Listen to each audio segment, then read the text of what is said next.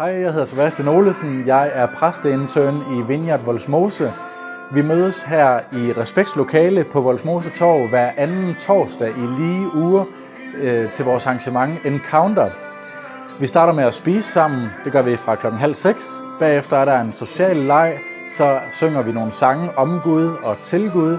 Og så er der en tale med gruppesnak undervejs. Og bagefter beder vi for hinanden, og så er der bare kage, kaffe, spil og hygge, så længe folk de har lyst til at blive. Det her er virkelig et unikt fællesskab, som jeg er rigtig stolt af at være en del af. Der kommer folk med, som er her for første gang, og som siger, at de oplever en helt særlig fred og atmosfære i at være her. I aften der har vi grinet sammen, og vi har grædt sammen, og det er bare helt fantastisk. Og uanset hvad du tror på, og hvilken baggrund du har, og hvad du kunne kæmpe med i livet, jamen så er du velkommen til at være en del af vores fællesskab her. Så jeg håber, du har lyst til at komme og være med, og du kan se meget mere på vores hjemmeside, vineyardvollsmose.dk, eller på vores Facebook-side, Vineyard Vollsmose, og så håber jeg, at vi ses. Ha' det godt så længe.